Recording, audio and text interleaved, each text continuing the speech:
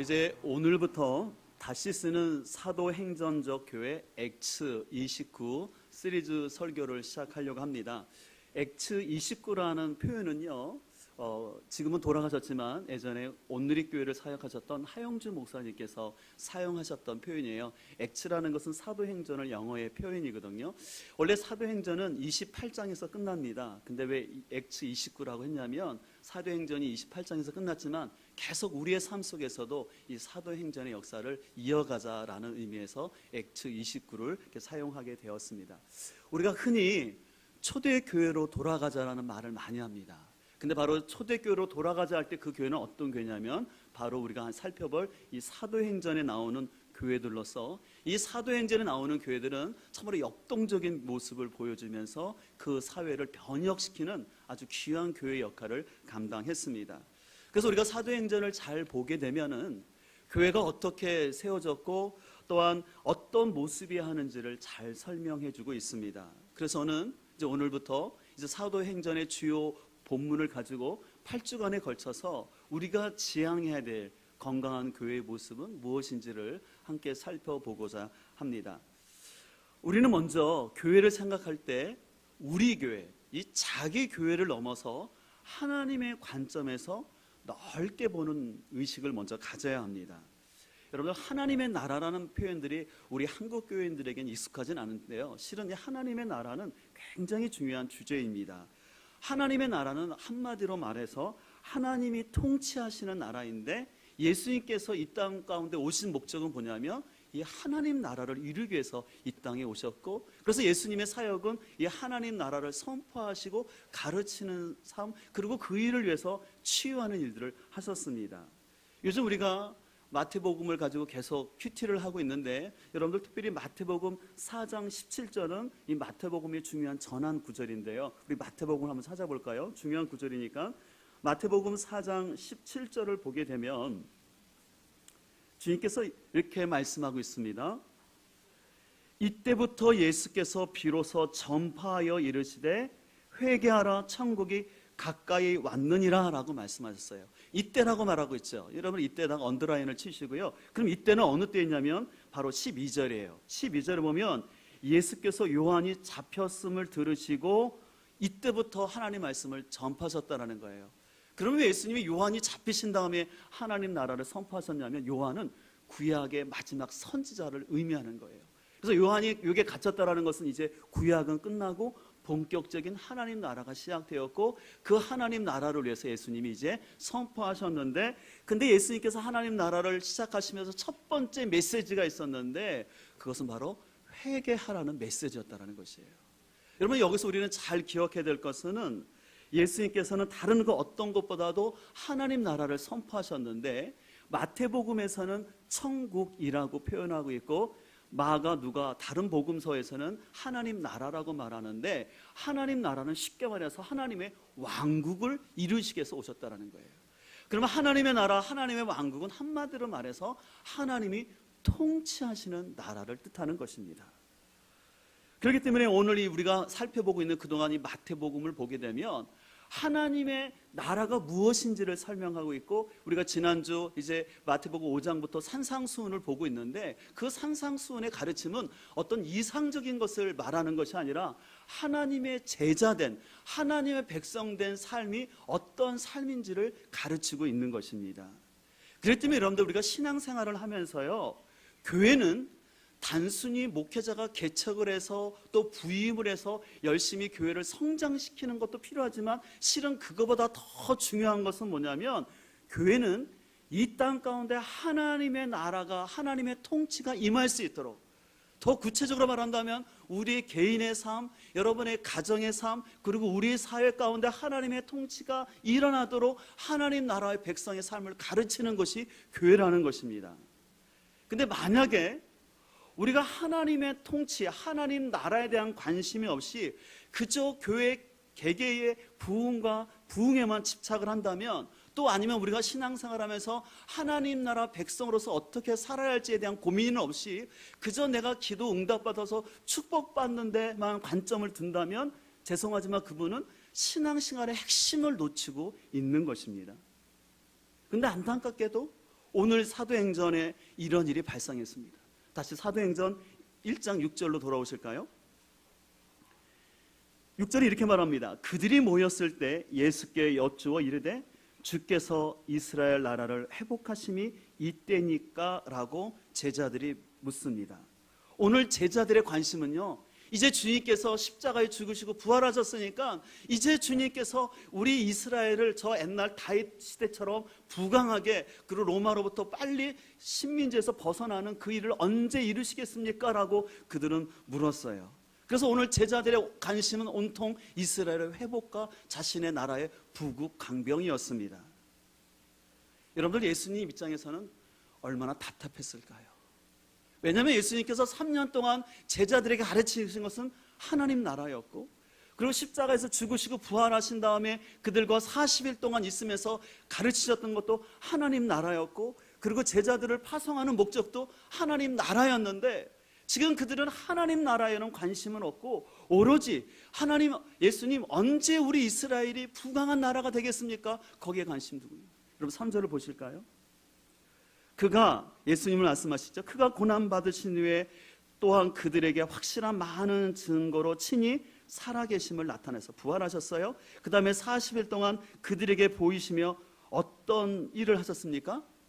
예, 하나님 나라의 일을 뭐 했습니까? 말씀하셨잖아요. 그래서 예수님은 이 40일 동안 그들에게 하나님 나라를 쭉 말씀하시고 이제 승천하시기 직전에 이 얘기를 하고 있는데, 오늘 제자들은 엉뚱한 얘기를 하고 있는 것입니다. 그래서 젊은 사람들의 표현으로 헐인 거예요. 그러니까 예수님 입장에서 어이가 없는 상황이 지금 발생하는 것입니다. 근데 제 개인적으로 목회자로서 요즘 조국교회의 현실을 보면 때때로 이런 모습이 있지 않을까라는 좀 안타까움이 많이 있습니다. 우리 조국교회가 많이 숫자적으로 그 부흥했고 큰 교회들이 많이 있어요. 근데 큰 부흥이 과연 하나님 나라를 이루고 있는가? 아니면 오히려 교회는 부흥했지만 하나님 나라는 쇠퇴하고 있지 않는가라는 고민이 있는 게 사실입니다. 그래서 우리나라 사투리 이런 표현이 있어요. 전라도 사람들은 어문짓이라고 하고요, 경상도 사람들은 뻘짓이라고 하고, 우리 충청도 사람들은 좀 거친 표현이지만 삽질한다는 표현이 있어요. 여러분, 좀 죄송한 표현이지만 내가 열심히, 목회자가 열심히 교회 성장과 부흥을 이뤄서 교회가 커졌어요. 근데 그 결과로 하나님의 통치가 일어나면 좋은 거지만, 교회는 성장했는데 하나님의 나라가 쇠퇴했다면 죄송하지만 우리는 뻘짓한 거고 삽질한 거예요. 올해가 3.1 독립운동이 발생한 지 100주년이 되는 해입니다.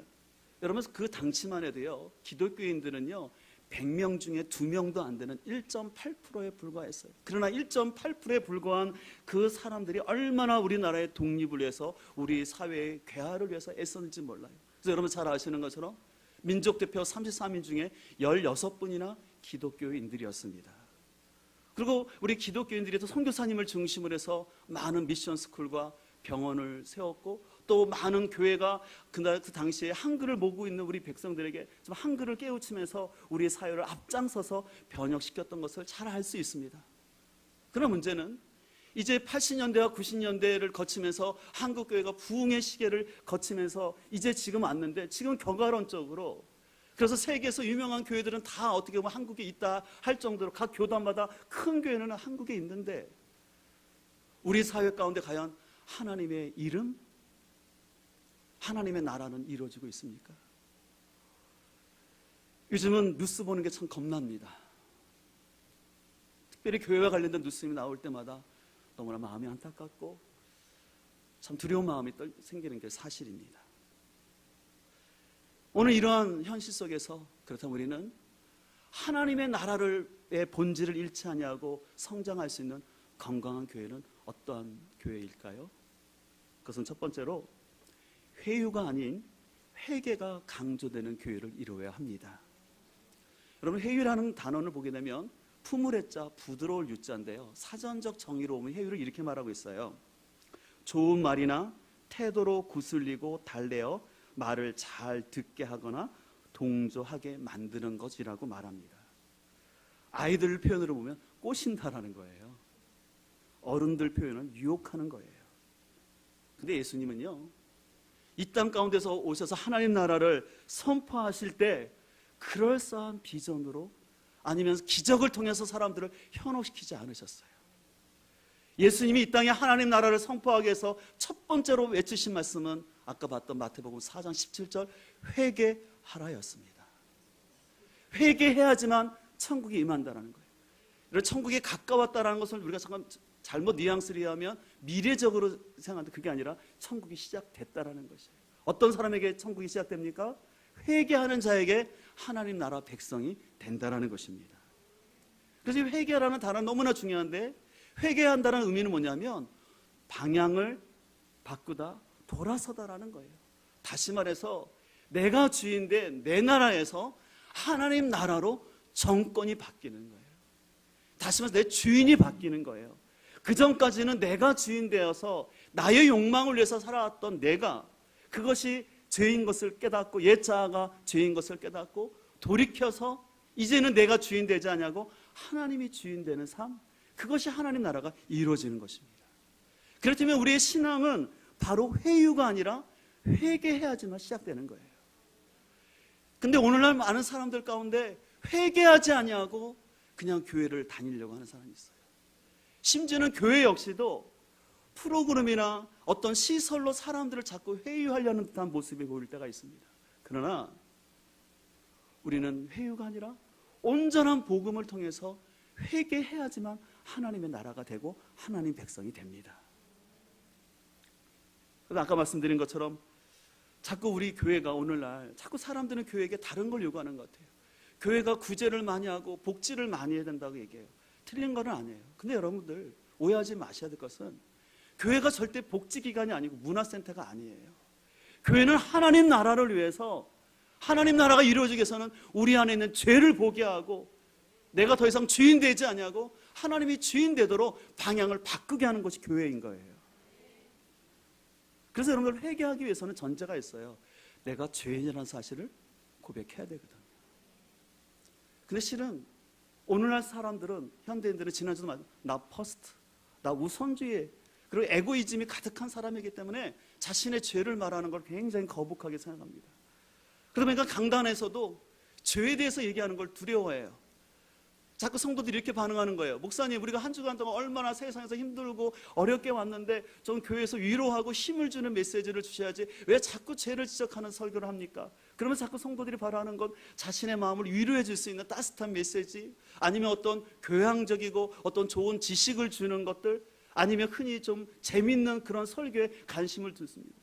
분명히 말씀 가운데는 위로도 있고 또한 즐거움도 있어요. 그러나 우리가 말씀의 본질 가운데 가게 되면 실은 말씀은 우리를 하여금 말씀을 통해 우리 죄를 보게 하는 거예요. 그래서 하나님의 통치가 이루어지기 위해서는요, 내가 죄인인 것을 알고 내가 돌이켜야지 하나님의 통치가 이루어지는데, 우리의 옛 자아를 자꾸 부인하지 아니하고 나는 계속 살아있으면서 내가 자꾸 교양 있는 신앙인으로만 가려고 하면 하나님 나라가 이루어지는 게 어렵습니다. 그래서 여러분들, 교회라는 것은요, 내가 예수님을 믿어서 더 착한 사람, 내가 구제와 봉사를 많이 하는 휴머니스트, 또한 지극정성을 다해서 기도응답 받도록 가르치는 것이 아닙니다. 교회는 교회의 주인이 예수 그리스도임을 고백하게 하는 것이고, 그리고 이 주인 되신 예수님 앞에서 날마다 자신의 죄를 깨닫는 거예요. 그래서 우리가 예배에 와서 하나님께 예배를 드릴 때 그 하나님의 말씀 앞에서 내 죄를 보는 거예요. 그리고 내 허물을 보는 거예요. 그래서 내가 하나님의 은혜 아니면, 그 십자가 아니면 살 수 없음을, 나친의 연약함을 고백하면서 하나님의 도우심 가운데 나가는 것이, 그것이 예배입니다. 그리고 말씀을 통해서 자기 죄를 깨닫고 회개하고 나갈 때 하나님 위로와 소망을 주시는 것이에요. 그러면서 우리는 예배 가운데 교회 나와서 내 힘으로 살 수 없구나, 자꾸 내 힘대로 내 고집대로 살려는 것, 이것이 죄구나, 그것을 깨닫고 회개케 하는 것이 교회예요. 그래서 실은 교회에서 많이 고백되어야 될 것은 회개라는 단어예요. 이런 차원에서 오늘 초대교회가 오순절날 성령의 임함으로 말미암아 교회가 시작됐는데, 교회가 시작된 다음에 사도들의 첫 번째 설교의 메시지 역시도 회개였습니다. 여러분, 한 장 넘기셔서 2장을 볼까요? 2장 30절을 보면 사도 베드로가 많은 청중 앞에서 이렇게 외칩니다. 그들이 이 말을 듣고, 베드로가 설교한 말씀을 듣고 마음이 뭐했습니까? 찔렸어요. 그리고 베드로와 다른 사도들에게 물어 이르되 형제들아 우리가 어찌할꼬 했어요. 그랬을 때 베드로가 말합니다. 너희가 회개하여 각각이라고 그랬어요. 도매금이 아니라 각각 예수 그리스도의 이름으로 침례를 받고 제사함을 받으라. 그리하면 성령의 선물을 받을 것이라고 말하는 것이에요. 여러분, 침례를 받는다는 것은 무엇입니까? 바로 침례를 받는다는 것은 내가 죽는다는 것이에요. 내 옛 자아가 주님과 함께 죽고, 그리고 내가 다시 물속에서 일어난다는 것은 더 이상 내가 주인 되지 아니하고 예수 그리스도가 주인됨을 고백하면서 내가 예수님과 함께 새로운 삶을 살아가겠습니다. 그 고백하는 것 침례 아니겠습니까? 이런 차원에서 우리 교회는 그동안 해마다 말씀이 이끄는 복음학교를 통해서 복음을 계속해서 강조하고 있습니다. 특별히 복음학교를 통해서 우리는 죄의 실체가 무엇인지, 그리고 진정한 회개가 무엇인지를 깊이 다루고 있습니다. 이런 복음은 단순합니다. 복잡하지 않아요. 그렇지만 단순하다고 해서 대충 다뤄서는 안 됩니다. 그런 의미에서 우리는 이 복음을 정확하게 알아야 되고요. 그래서 한편으로 우리 성도들에게는 부담감이 있어요. 어떤 부담감이 있는지 아세요? 여러분들이 나중에 하나님 앞에 섰을 때, 하나님, 제가 복음을 잘 몰라서, 복음을 가르쳐준 사람이 없어서 제가 이런 심판에 섰습니다라고 말할 수가 없다는 거예요. 왜냐하면 우리 교회는 해마다 이 복음학교에 대해서 강조하고 말씀하고 있고, 그래서 주님께서 그렇게 물을 수 있어요. 네가 그렇게 교회 다닐 때 너희 교회에서 그렇게 복음학교에 대해서, 또 목회자가 끊임없이 복음에 대해서 얘기했는데 네가 그거 듣지 않았다면 그것은 너의 책임이라고 주님 물으신다면 더 이상 변명할 게 없는 것입니다. 저는 소망합니다. 우리 교회가 다음 세를 잘 세워가기를 소망해요. 실은 어제도 우리 유초등부 학생들 캠프하는 걸 보면서 너무 흐뭇하고 기쁨이 있었지만 공간이 좁아서 너무 안타까운 마음이 생겼어요.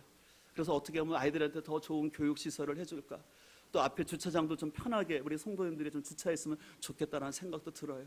근데요, 좋은 교육시설도 필요하고 넓은 주차장도 필요하지만 그거보다 더 우선해야 될 것은 복음의 진리입니다. 성도들이 복음의 진리 앞에서 자신의 죄를 깨닫고 회개해야지만 거기서 하나님의 역사가 일어나는 겁니다. 회개하지 아니하고 여러분들이 교양 있는 신앙 되지 않기를 소망합니다. 저는 목회하면서 분명한 가치관이 있어요. 복음 앞에 성도들을 세워야지 그냥 복음 없는 교양 있는 종교인을 저는 만들고 싶지 않아요. 그래서 제가 우리 신의 교회 직분들을 아무나 안 세웁니다. 분명히 복음에 대해서 세워진 사람을 세우고자 하래요. 그래서 우리가 이 복음의 진리 안에서 복음 앞에 나의 죄를 깨닫고 회개함으로 인하여서 우리 가운데 하나님의 나라가 놀랍게 시작되는 것을 경험할 수 있는 우리 모두가 되길 소망합니다. 계속해서 우리가 본질을 잃지 않고 성장하는 교회가 되기 위해서는 자기 신념이 아닌 성령님이 역사하시는 교회가 되어야 합니다.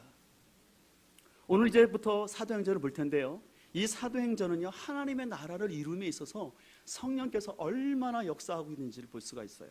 여러분 1장 2절을 볼까요? 오늘 사도행전 1장 2절을 보면 그가, 바로 예수님께서 택하신 사도들에게 무엇으로 명하셨습니까? 성령으로 명하셨어요. 또 5절을 보실까요? 요한은 물로 침례를 베풀었으나 너희는 몇 날이 못되어 무엇으로 해요? 성령으로 침례를 받는다고 말씀하십니다. 또 8절은 말합니다. 오직 성령이 너에게 임하시면 권능을 받아서 땅끝까지 이르러 내 증인이 했다고 말씀하세요. 그래서 사도행전의 별명이 뭐냐면 성령 행전이에요. 사도행전은 철저히 성령의 역사에 따라서 교회가 세워지고 또 파송되어지고 제자들이 헌신하며 나갔던 것을 볼 수가 있어요. 그러나 아까 6절에서 앞서 보았듯이 제자들은 3년씩이나 주님께 제자 훈련을 받았고 또한 40일 동안 주님과 함께 있었음에도 불구하고 그들은 하나님의 뜻보다는 자신의 민족주의적인 열정을 가지고 자기 신념을 가지고 이스라엘의 독립에만 더 관심을 두는 안타까운 모습을 보게 됩니다. 여러분 마태복음 16장을 보게 되면요, 거기서 베드로가 아주 유명한 신앙 고백을 하게 되는데요, 한번 마태복음을 볼까요? 마태복음 16장을 보겠습니다.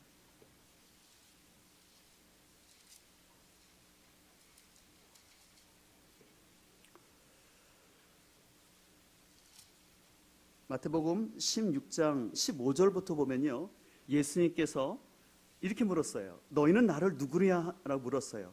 그래서 16절에 베드로가 홈런을 치듯한 명담을 대댔습니다. 시몬 베드로가 대답하여 이르되 주는 그리스도시요 살아계신 하나님의 아들이십니다라는 귀한 고백을 했어요. 그랬을 때 예수님께서는 이 베드로를 축복하면서 이게 너를 알게 하신 이는 혈육이 아니라 하늘에 계신 내 아버지라고 말씀하시면서 18절에 내가 너에게 이르느니 너는 베드로라 내가 이 반석 위에 내 교회를 세우겠다라고 말씀하셨어요. 근데 여기서 반석은 베드로 자체가 아니라 베드로의 신앙 고백이에요. 신앙 고백. 그러니까 예수 그리스도를 단순히 자신의 구세주일 뿐만 아니라 주인으로 고백하는 그 신앙 고백 위에 주님의 교회를 세우겠다는 거예요. 그럼 그 교회는 음부의 권세가 이길 수 없는 곳이 될 것이라고 말씀을 하셨습니다. 근데 이렇게 얘기를 했던 베드로였는데요, 오늘 이제 21절을 보면 이때는 뭐냐면 바로 베드로가 신앙 고백한 거예요. 이 베드로의 신앙 고백을 한 기점으로 해서 예수 그리스도 자기가 예루살렘에 올라가서 십자가에 죽으실 것을 비로소 제자들에게 말씀을 하셨습니다. 근데 예수님께서 이 말을 하자 베드로의 반응이었어요. 22절을 볼까요? 베드로가 예수를 붙들고 항변하여 이르되, 이 항변이라는 것은요 좀 순화된 표현이고 원래 언어의 의미는 뭐냐면 꾸짖었다는 거예요. 제자가 스승을 꾸짖으면서 뭐라고 말씀하셨냐면 주여 그리 마옵소서 이 일은 결코 죽게 일어나면 안 됩니다라고 얘기하는 것이었어요. 그랬을 때 예수님께서 23절을 말합니다. 예수께서 돌이키시며 베드로에게 이르시되 사탄아 내 뒤로 물러가라. 너는 나를 넘어지게 하는 자로다. 내가 하나님의 일을, 다시 말해서 하나님의 나라를 생각하지 아니하고 도리어 사람의 일, 인본주의적인 생각을 가지고 나를 넘어지게 한다고 주님은 그를 질책하시는 것을 보게 됩니다. 여러분들, 베드로가 아까 마태복음 16장 16절에서 귀한 신앙 고백을 했을 때 너는 이제 반석이 될 것이라고, 너는 교회의 디딤돌 같은 존재가 될 거라고 칭찬을 받았어요. 그런데 지금 보게 되면 오늘 베드로는 주님께 책망을 받고 있어요. 주님, 절대 십자가 지시면 안 됩니다. 여러분들, 왜 베드로가 주님의 십자가를 지지 말라고 했을까요? 저는 베드로가 주님을 사랑했다고 믿습니다. 내 사랑하는 주님이 십자가에 지는 건 있을 수가 없는 거 아니겠습니까?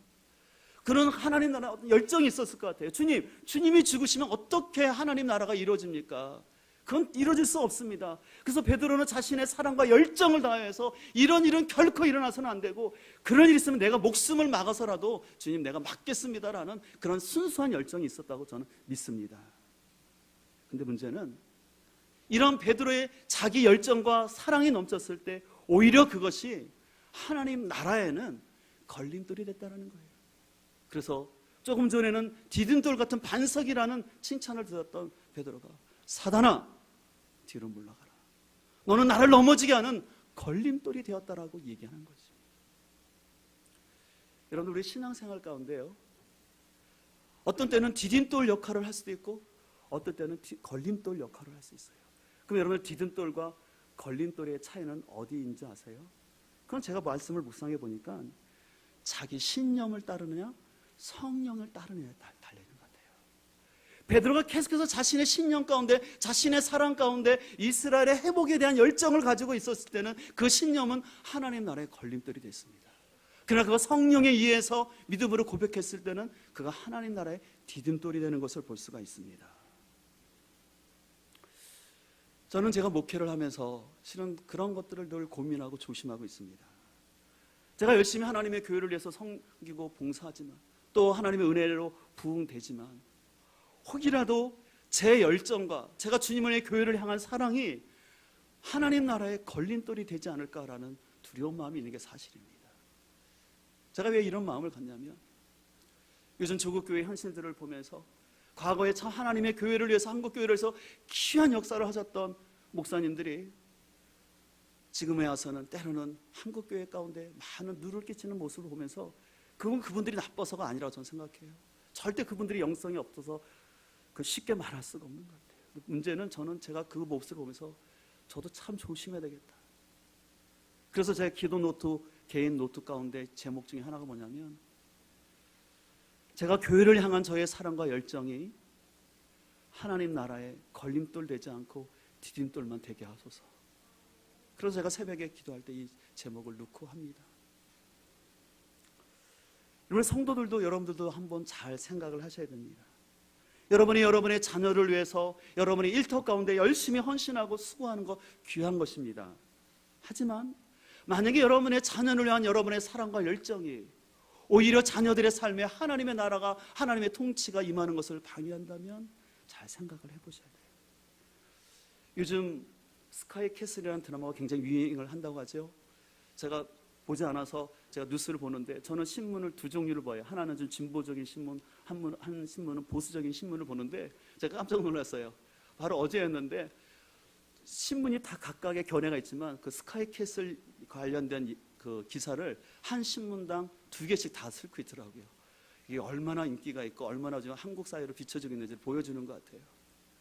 근데 그런 대사가 있었다면서요. 거기 나오는 어떤 가장이 피라미드를 보여주면서 바로 피라미드 제일 위에 있는 돌을 가리면서 그것을 캐피탈 스톤이라고 하는데요.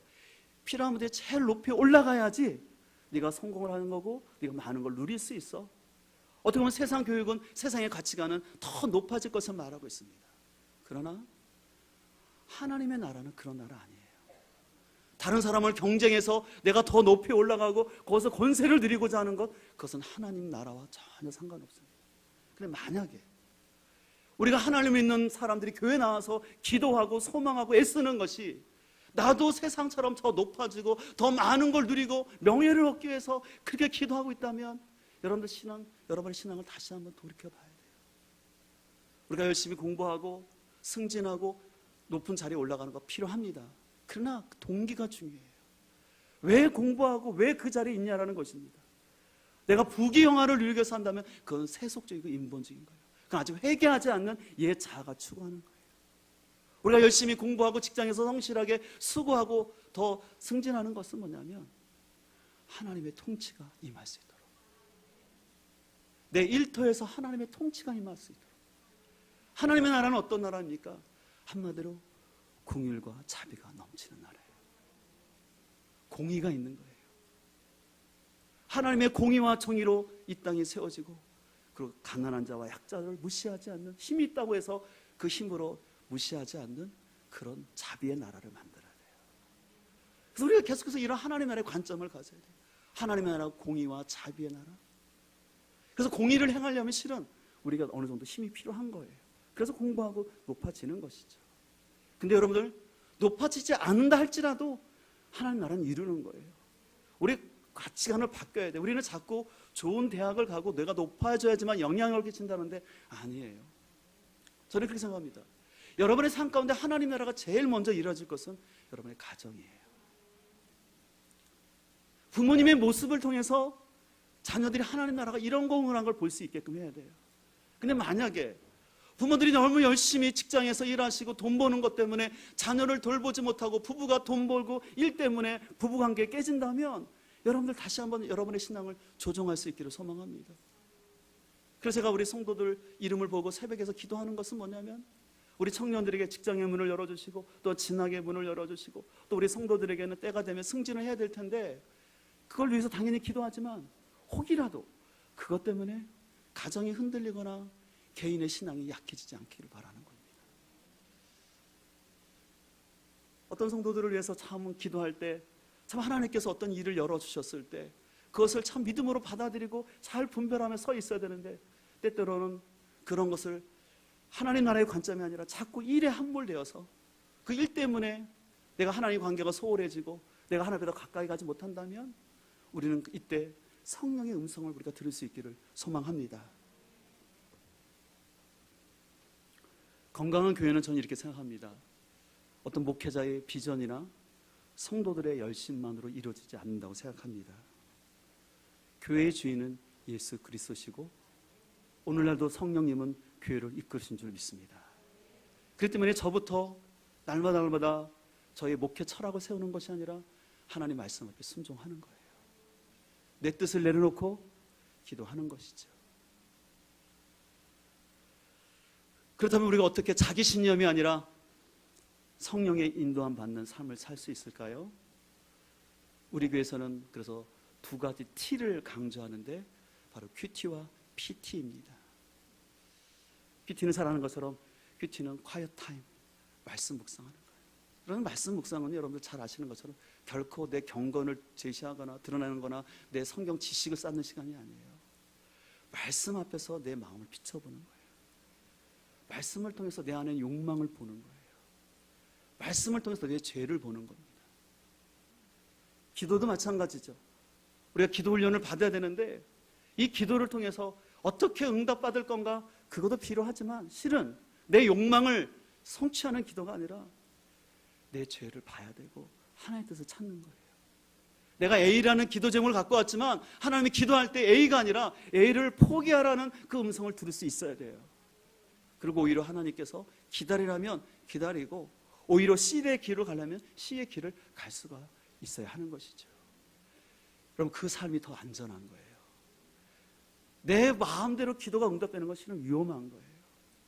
내 뜻대로 안 될지라도 기도가 거부당할지 할지라도 하나님이 인도하시면 그 삶이 안전할 줄 믿습니다. 그래서 우리가 지난 금요 성령 집회 시간에 우리가 주기도문에서 배우면서 강조했던 것은 주기도문의 핵심은 하나님 나라였습니다. 주님께서 가르치신 기도의 핵심은 하나님 나라예요. 분명히 우리가 일할 양식을 구해야 되고 우리의 보호를 위해서 죄 사함을 위해서 기도해야 됩니다. 그러나 기도의 핵심은 하나님의 나라가 임하게 하여 주의 이름이 영광을 받아주시고 하늘에서 주의 뜻이 이루어진 것처럼 우리 교회와 나의 삶과 가정 속에서 하나님의 뜻이 이루어지도록 기도하는 것입니다.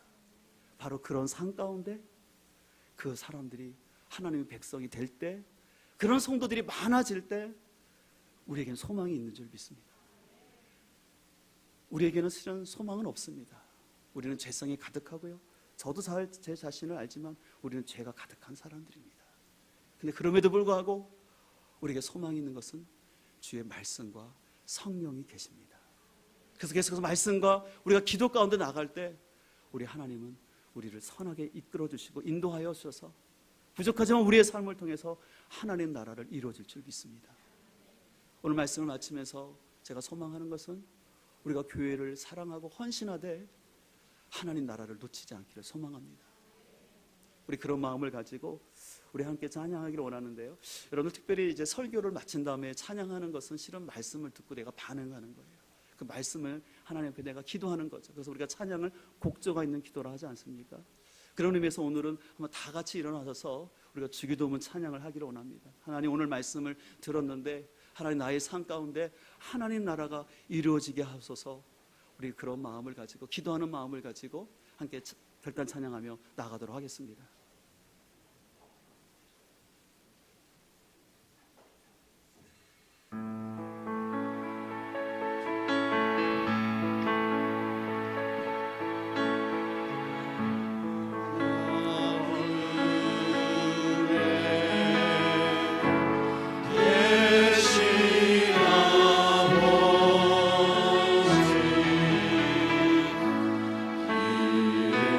거룩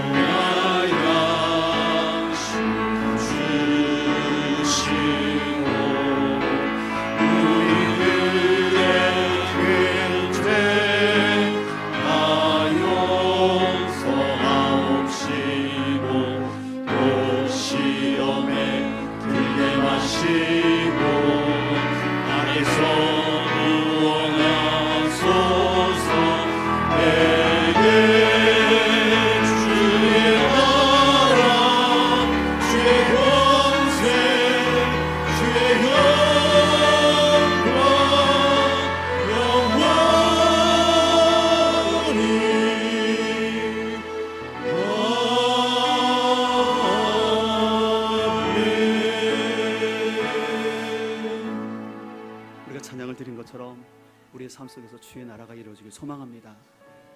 근데 이것은 우리의 힘으로 결코 할 수 없습니다. 우리 안에 오직 성령의 힘이 있어야지만 가능할 줄 믿습니다. 이 시간 계속해서 한 번 더 찬양할 때 이 세상을 살아가는 동안 나는 연약하고 부족하지만 오직 기도로 주님의 힘을 의지하며 나아가게 하여 주옵소서. 이렇게 찬양하며 나가겠습니다.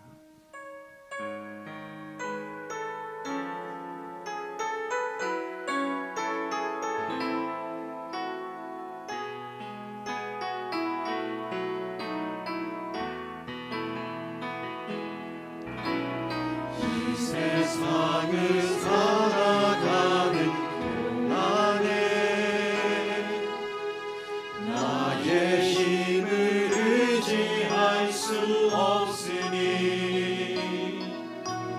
기도하고 낙심하지 말 것은 주께서 참 소망이 주의 길을 걸어가는 동안에 주의 길을 걸어가는 동안에 세상의 것 의지할 수 없으니 감사하고 낙심하지 말 것은 주께서 참 기쁨이 되시리라. 하나님의 꿈이 나의 비전 되기를 원합니다. 하나님의 꿈이 나의 비전이 되고 예수님의 성품이 나의 인격이 되고 성령님의 권능이 나의 능력이 되기 원하고 바라고 하나님의 꿈이 나의 꿈 되게 하여 주시옵소서. 하나님의 나라를 위해 살게 꿈이 나의 비전이 되고 예수님의 성품이 나의 인격이 되고 성령님의 권능이 나의 능력이 되길 원하고 바라고 기도합니다. 이제 우리 함께 기도하며 나아가기를 원합니다. 오늘 주님께서 선포하신 것은 하나님의 나라입니다. 하나님이 통치하시는 나라, 하나님이 주인 되시는 그 나라가 소망이 있음을 고백합니다. 이를 위해서 내가 진정으로 복음 앞에 회개하게 하여 주시고 복음이 분명한 교회가 되게 하여 주시옵소서. 아버지는 이 일을 위해서 내 신념, 내 생각을 내놓고 성령의 인도하심에 민감하게 하여 주시옵소서. 우리 교회가 성령이 역사하시는 교회가 되게 하여 주옵소서. 결코 인간의 생각과 인간의 방법이 아니라 성령께서 말씀하신 대로 순종하는 교회가 되게 하여 주옵소서. 그렇지만 우리 교회가 부족하지만 하나님 나라를 위해서 쓰임받는 교회 되게 하여 주옵소서. 합심해서 기도하며 나가겠습니다.